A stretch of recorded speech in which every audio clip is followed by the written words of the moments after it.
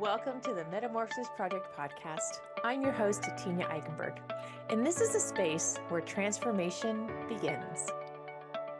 Here, we dive deep into energy healing, self-care, and the power of mindset to help you break free from old patterns and design a life that feels aligned, vibrant, and authentically you. Each week, we explore the tools, techniques, and real-life experience that guide us toward lasting healing and growth. Because true metamorphosis isn't just about change. It's about becoming who you were always meant to be. Now, let's get into this week's conversation. Welcome back to the Metamorphosis Project podcast. I'm your host, Tina Eichenberg. And today I have with me Lisa Boate. She is a menopause consultant and coach. And I am so excited to have her on because as her and I were talking before we started recording, we're from the same generation. We're from Generation X, and we are all in perimenopause or we're in menopause, depending on our genetics. But this is a hot topic because our mothers, our grandmothers never talked about it.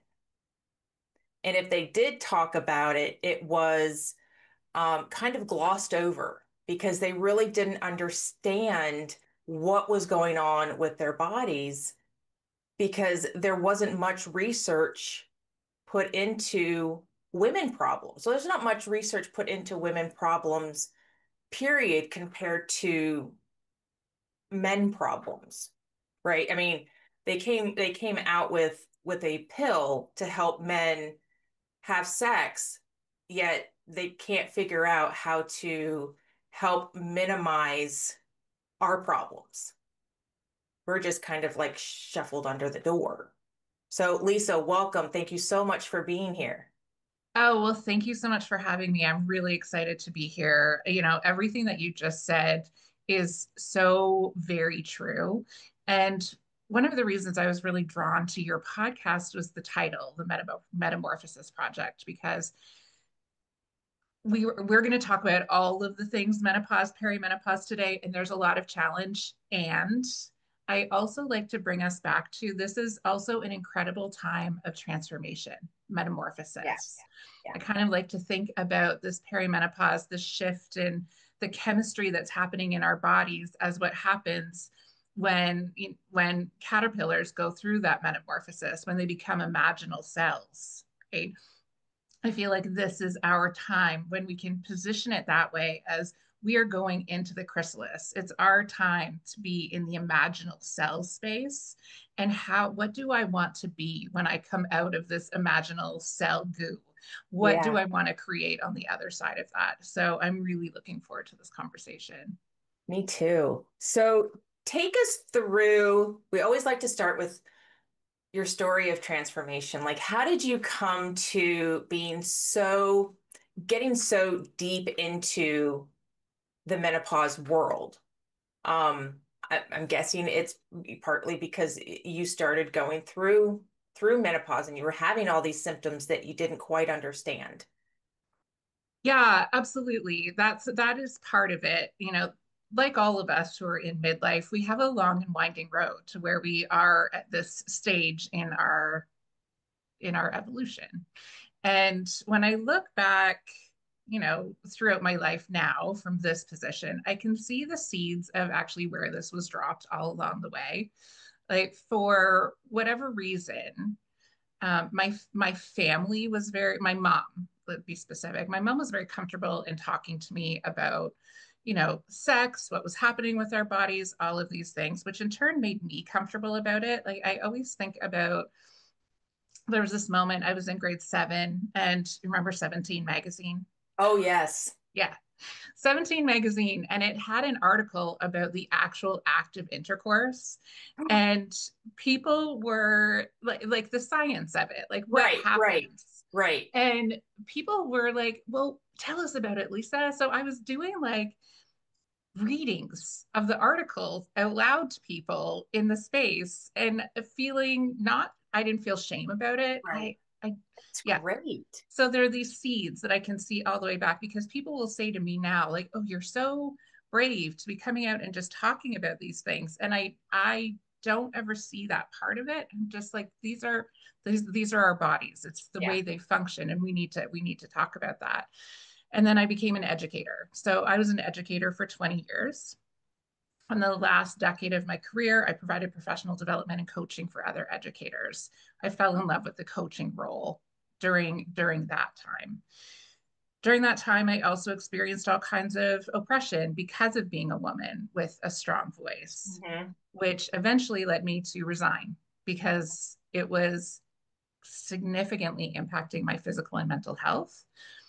I also know now that perimenopause was starting to play a role in that, but it was a combination of things. It was not just one or the other, and that is true for everyone. Right. What's happening in our lives is intersecting with what's happening in our physical bodies. So I resigned from teaching. I started coaching in the empty nest space because that's where I was. My kiddos were in their late teen years, and I was starting to experience this also massive transition of what it is to go from being mom to be still mom, obviously, but it's Right. very different.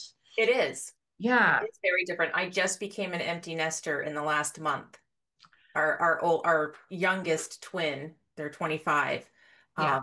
He just moved out, ironically, the same day that our his twin sister went into labor and had a baby.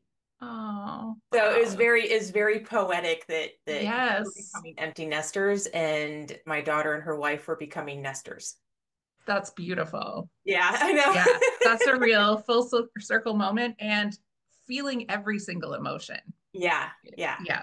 But Oh, going through that along with everything else, yeah. it is very impactful. Yeah. Yeah, because it shakes your identity, It right? does. It's a huge change in your identity and how you operate in the world. Hmm. And then as we're going through these identity shifts, our bodies are also changing. And so I was noticing things, and women in the coaching conversations were talking about like physical manifestations of things they were experiencing. And I thought, what is going on here?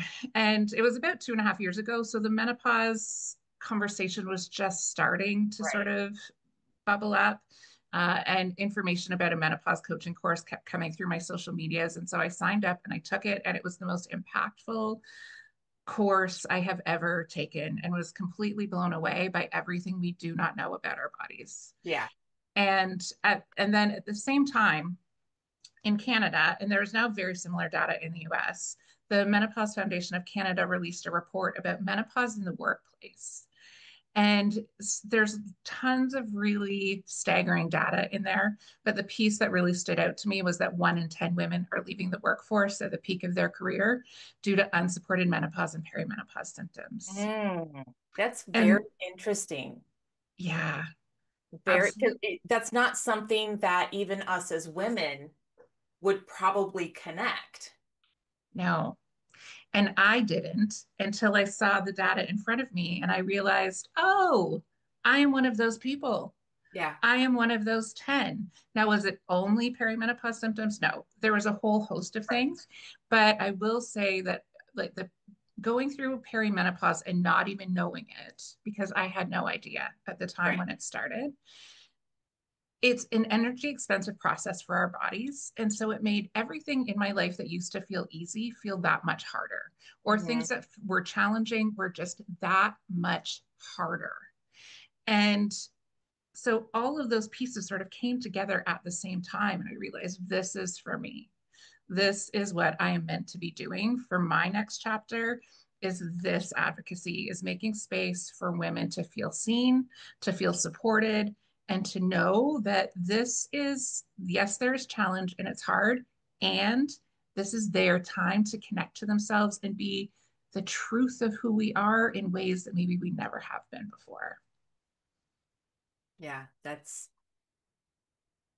so what were I think that's incredible that you were able to through learning about what our bodies are going through, you were able to really kind of put all of that together for yourself and bring that to the table for other women. And I think it's important because I think there really is not a lot of information. I mean, you can Google and there's probably, a million things that come up about menopause, but the first page or two is going to be about hormone replacement and that kind of stuff. So going through this process and putting all of that together, and realizing how it impacts our careers, what was it that you started doing to not only help yourself but kind of put that stuff out there for other women to understand and go, oh wait, this isn't this isn't because of all of these outside factors. It does have something to do with what's going on with me hormonally. And I know that you gravitate more towards holistic means. What things did you start to kind of come in contact with in an effort to help yourself and therefore help those moving forward? Hmm. Do you mean like routines that I actually started to Yeah, implement for myself? yeah. Because I think that's for me, it's an important aspect. Absolutely. I try to do whatever I can holistically. Part of it comes from the many medications that my mom was on for various things that I shy away from taking anything internally that is not food. Right. Yeah, I totally get it. Even like even it's hard for me to even take in like all of these like special electrolyte drinks and Gatorade and that kind of stuff because it's there's just so much other stuff in it that we don't know exactly how it affects us. So yeah, what routines did you start to implement on that holistic level, and did you end up going to the doctor for more help, and how did that whole process? Yeah, absolutely. So the first thing I want to say is this. Every woman's experience is completely different. Absolutely. Symptoms that you will experience, what works for you, what doesn't, all of it will be totally different. And my role is to provide good, well-researched, quality information. I give you the information and then you decide what is right for you. I love So, that. I yeah, love that because a lot of people, a lot of doctors are like, this is what you need, right. and that's it. Yeah. They're not giving And options. yeah, and we need to have sovereignty over our bodies, Yeah. right? We have for a myriad of reasons. And in this time, it's a challenging time to be a woman. It has always been a challenging time to be a woman. All right. When has it And not been a challenging time to be a woman? yeah, exactly. And right now it's not getting any easier. And so that being able to make decisions that are in alignment with what our values are is really important. So I really see my role as being more of a facilitator of I will give you everything you need to know and then you make the decision that feels right for you. So I had actually implemented some routines earlier on in my mid 30s. I had started doing resistance training. My mom, growing up with my mom, she was an incredible cook. She grew everything in the garden. So I learned nutrition routines fairly early. But there are five pillars in menopause and perimenopause care, and they are sleep, stress management, nutrition, movement, and then the fifth pillar is the pharmacological one, and that is the hormone therapy one. And it's never an and or conversation. It is both and or you choose, right? One of the things I do worry about when we talk about menopause hormone therapy is that people will come away thinking like, "Oh, that's the Right. magic solution. I just have to take that and everything will be fine." Right. That's what I run into as well, is that, in that space when people are asking, what are you doing for menopause? Like, what are you doing for night sweats and all this stuff? And everybody Yeah. recommends the HRT. And everybody's like, yes, it saved my life. And it's like, but did it? So it can, right? If you are in that space, and I have started my own menopause hormone therapy. It was in consultation with both my naturopath and my Mhm. doctor. So we looked at broad scale everything that was going on in my body, not Right. just Right. my hormones, but like we look at the holistic system. And that's one of the conversations I have with women because they'll say, well, I need to go to an endocrinologist, or I need to go to a gynecologist, or I need to.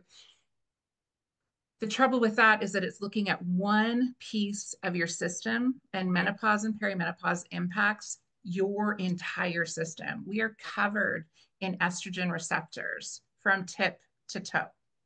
Every That's why we see increased cases of diabetes, cardiovascular disease, changes in digestion, allergies, skin changes, hair changes, changes in libido, vaginal dryness, itchy ears, dry eyes, like you name it. Every part of our body is impacted by this fluctuation and then eventual tailoring off of estrogen, progesterone, and testosterone. Mhm. And so looking at one small piece is hard because when this one piece impacts every other bit of your system. So Yeah. I really love conversations with functional medicine practitioners because they look at the full body. Um, it is all of the things. So even if you choose menopause hormone therapy, nutrition, movement, stress management, and sleep are still necessary parts They are. of your plan moving forward. Absolutely. And I see those as that's what I recommend to my clients for self-care. Yeah, It yes. is part of your self-care, your deliberate self-care is making sure you're getting not just enough sleep, but quality sleep. Yes. You know, Yeah. I just started having to wear mouth tape and nose strips because my sleep has been impacted recently. And it's Okay. like, if I don't get better sleep, I'm not going to be as functional as I can be. But yeah, nutrition and movement. God, the number of women who do not, and right now I am one of those women that do not do strength training. Mhm. Um, it boggles my mind. Boggles Yeah, my mind right now that I'm not doing it because it's just a period in my life right now. But like I know how beneficial it is. yeah, absolutely. And it's also like when you think about the time that we, Gen Xers grew up in, we grew up in the time of supermodels. We grew up in the time of like extreme diet culture. So many women are really hesitant because it's so wired in us that we reduce calories and that we do cardio. Yeah. And that is the way that we will lose weight or Yeah. take care of our bodies or whatever your framework or your goal is. Yeah. And that's just not the reality. And it never was, right? And a perimenopausal body doesn't respond. So one of the things that people will say to me is they'll come with like, well, but I've been doing all of these things. I've been so healthy all my life. Uh, you know, all of the things I've always done, they're just not working anymore. Yeah. Right, because your body is functioning completely differently. And Right. what we need more than anything, absolutely, is resistance training, strength training. And when I work with clients, that's the piece I start with Hmm. because when we are doing strength training, it is challenging our brain and our bodies in different ways. So Hmm. it generally improves our quality of sleep. It It does. yeah, And maybe that's why my sleep has decreased was because I did stop strength training because of a couple injuries and I just haven't gotten back into it. And so that yeah, makes perfect sense. So absolutely. see, there's a reason why there's always a reason for having people on. A lot of times there is a lesson in it for me that I need to learn. So thank you very much. Well, it's work for all of us, right? Like It is. even I find my own motivation once I got into strength training, Yeah. I loved it. And so I didn't, I would get up every morning when I was teaching. I'd get up at 5:30 in the morning, throw on my workout clothes, go do a workout, do all my nutritional things, get myself to school.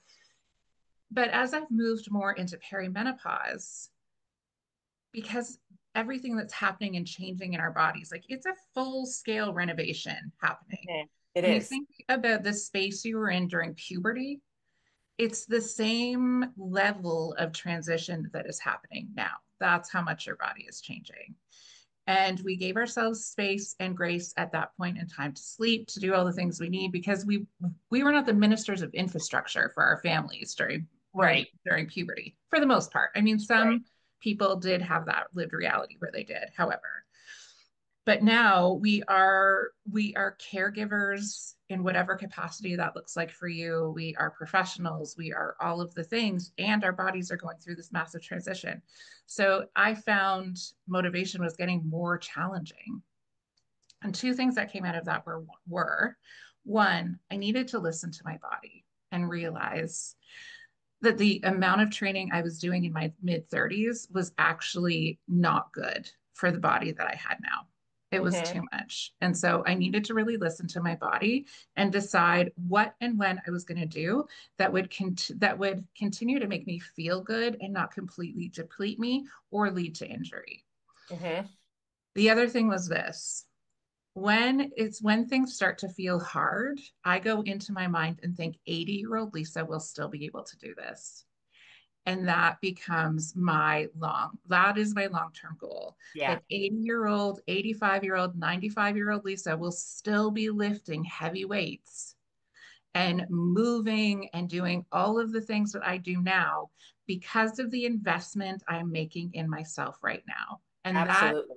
that is the message that I think is really important that we share with young women, Yeah. because the earlier they start implementing those and making those investments in themselves, the more you have in the bank to draw from when you need it, right? When Hmm. our muscle starts to decline, when it's built up, there's more to draw from and we can continue to build it. So it's so important for this conversation to be, yes, for us and our generation, but also intergenerational, so that the women coming behind us know what to do so that when they get to this Right. place, they are prepared. Yeah. Yeah. Because we were not prepared. We were definitely No. not prepared. And like we discussed before we started recording, the research into women, I don't want to say women problems or women issues, but the things that we have to go through, because I don't like to label them as problems anymore, because Yeah. they are just a part of who we are. It's a part of our transition. It's a part of our transformation, is to finish being birthing containers Mm-hmm. Yeah. to Yeah. going into this space where that part of us is melting away, per se, Mm-hmm. and we have this new version of us. But yeah, there isn't a whole lot of research out there on menopause and how to combat it. I mean, HRT, hormone replacement therapy, is probably what, no more than 2 or 3 decades old. And not only that, but it really hasn't been in the forefront for more than a decade. Yeah. So that is a lot, that also is a long and winding history, Yeah. right? So menopause hormone therapy was actually it has been incredibly well studied. And it was used as therapy for decades, like 70s, 80s, 90s. It was a treatment for women who were having this experience. Then in the early 2000s, and I remember this because my grandmother is one of the people who was really impacted by this. So in the early 2000s, the Women's Health Institute had decided to do over $1 billion was put into funding around women's health. Hooray! Great I news. did not know that. Yeah. That's So, awesome. yeah. And there were some good findings that came out of it. And there also was a really problematic moment where the WHI, they were studying the impact of hormone therapy, but the group that they were looking at it in were women who were already at higher risk of breast cancer, who were sicker, who were in their late 70s, early 80s. And they held a press conference and they said, we have to stop the study. menopause or HRT at the time, hormone therapy is creating a significantly higher risk of breast cancer. And overnight, 40% of menopausal women were on HRT, and it went to zero almost Wow. overnight. Wow. Because when you say the words breast Right. cancer to women, we are out, Right. right? That the data in that study, however, was completely misinterpreted. Right. There was not actually any higher chance of mortality.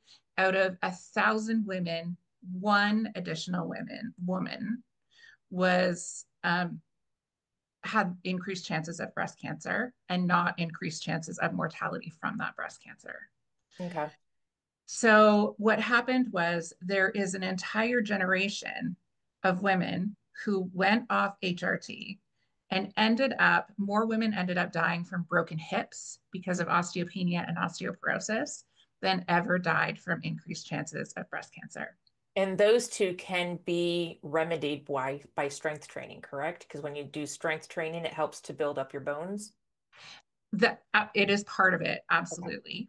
Okay. And for some women, menopause, and the other part of that equation now is that we also, it's not the same hormones, right? So there Mhm. were synthetic hormones that came from the urine of pregnant horses.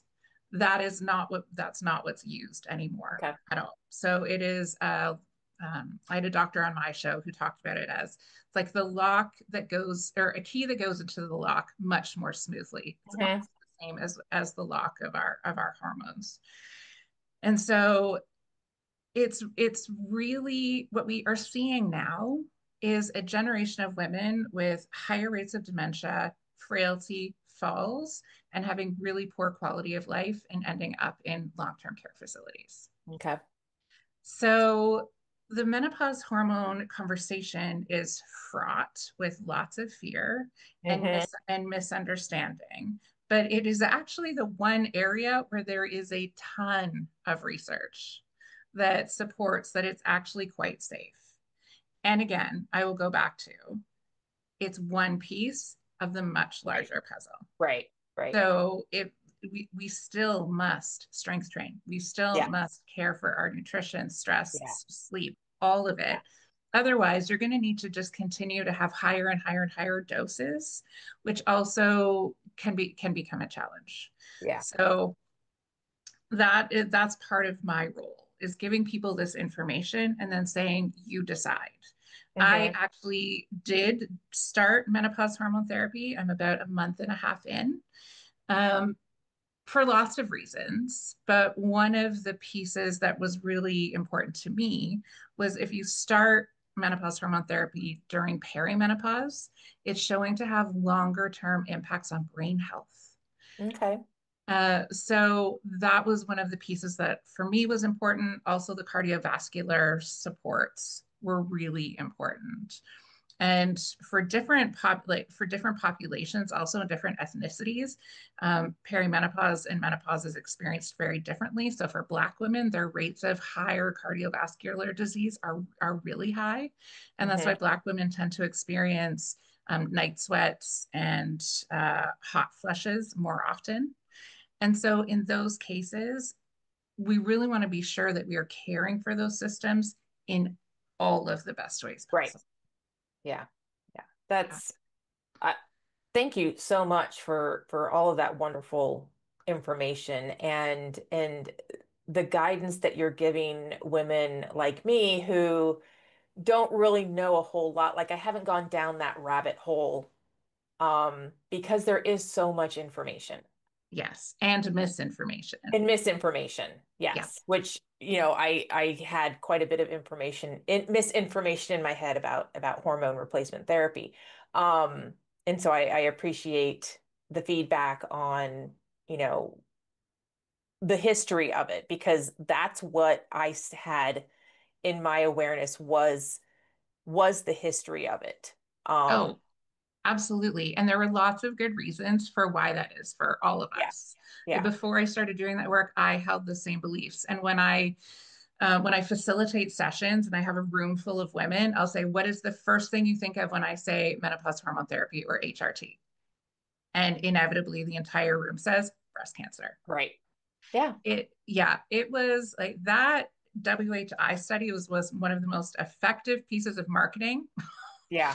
in history. Yeah. And so unwinding all of that is really challenging and important so that women can make, again, like I said, can make informed choices. Right. And it takes, yeah, and it takes a lot to eliminate those fears because Absolutely. obviously the information is out there refuting what that study had found, Yes. right?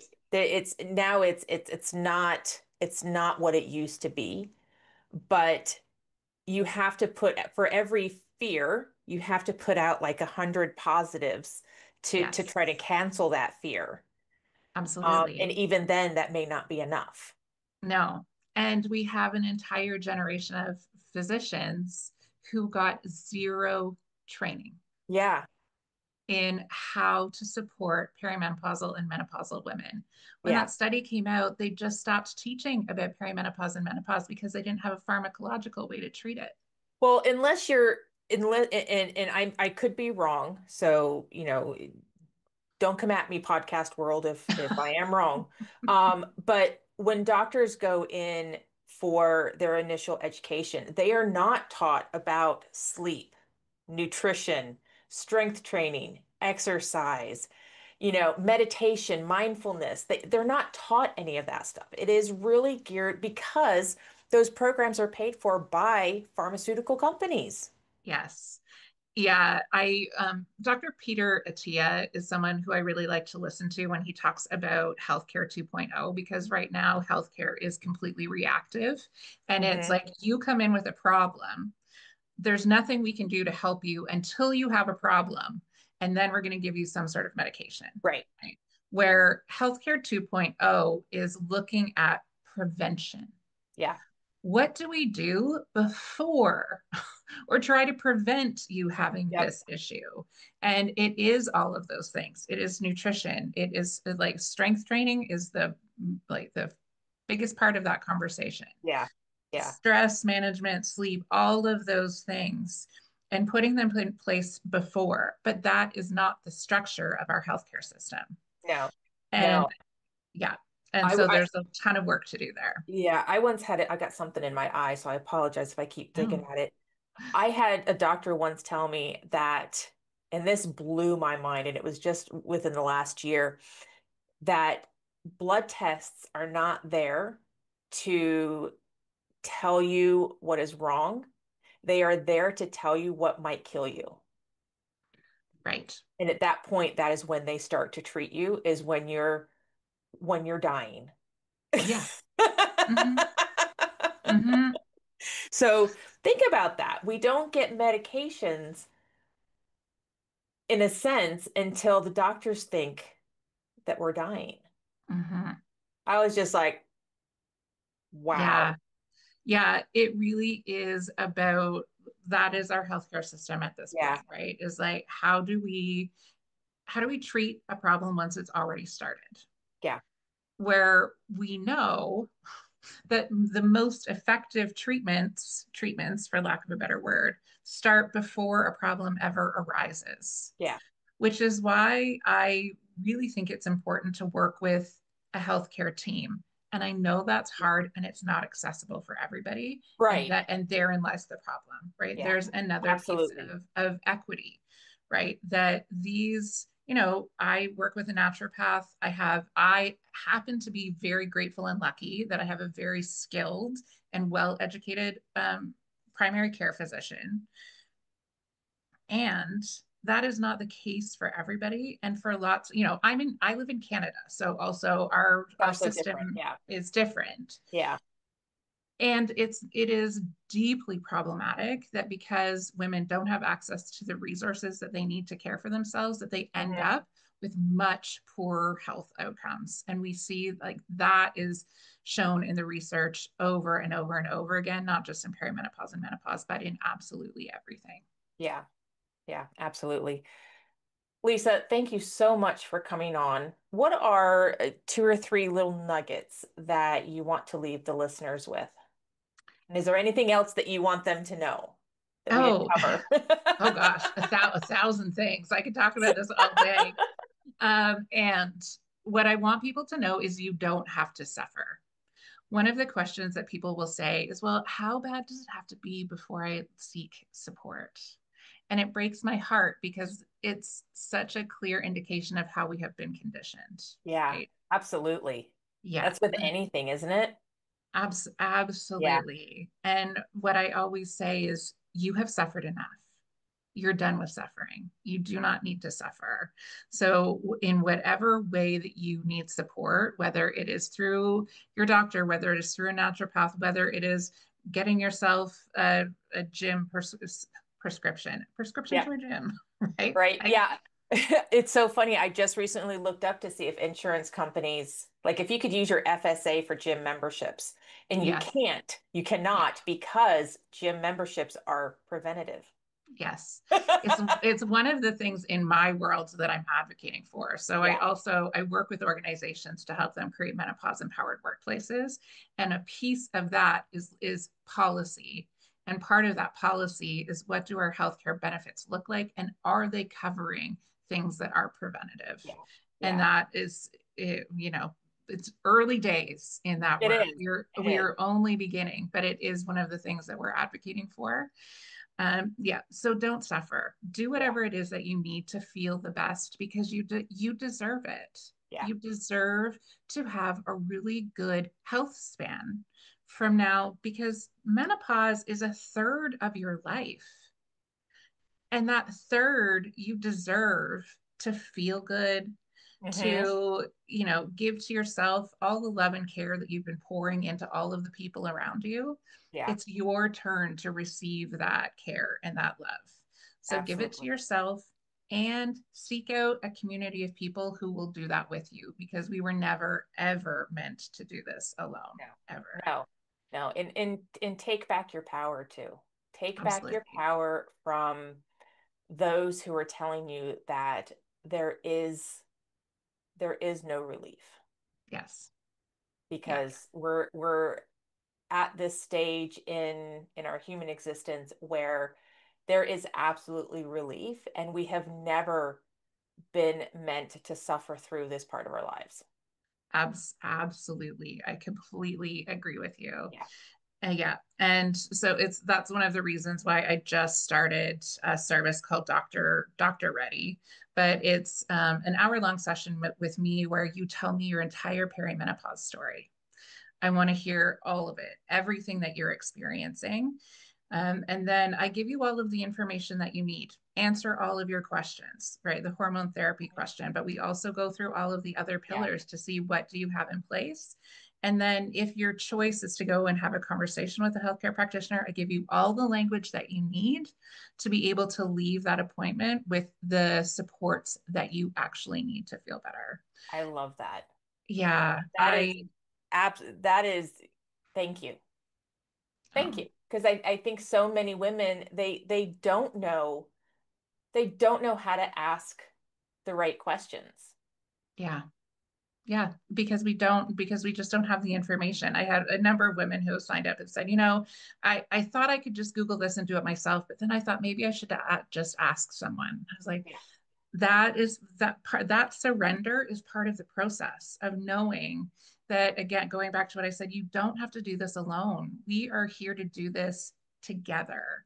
Yeah. And feeling supported is like, that's how we live in community, right? Is we support each other with all of the various and different gifts that we have. Yeah. And so I feel really grateful that I get that I'm privileged to do this work and be able to be in community with brilliant women and help them get the health and lifespan outcomes that they absolutely deserve to have. Yeah. Such rewarding work. Yeah. Lisa, thank you so much for coming on. All of your contact information will be in the show notes, but what is your website so that if people are, when they're listening, they can just go to it if they like. Yeah, absolutely. I am liberatedmenopause.ca. And Transforming 45 is my podcast. So you can find me on most listening platforms and on YouTube as well.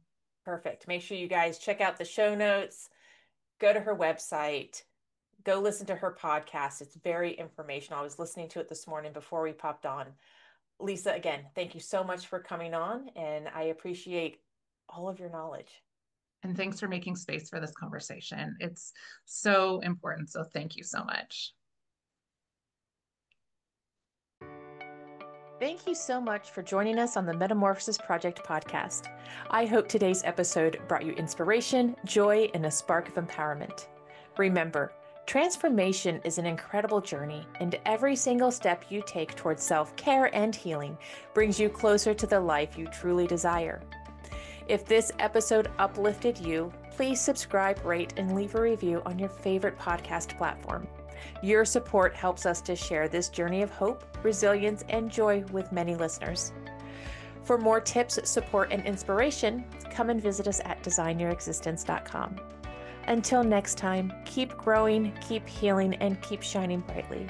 You are absolutely worth every bit of love and care you give to yourself. Take care, stay joyful, and be well.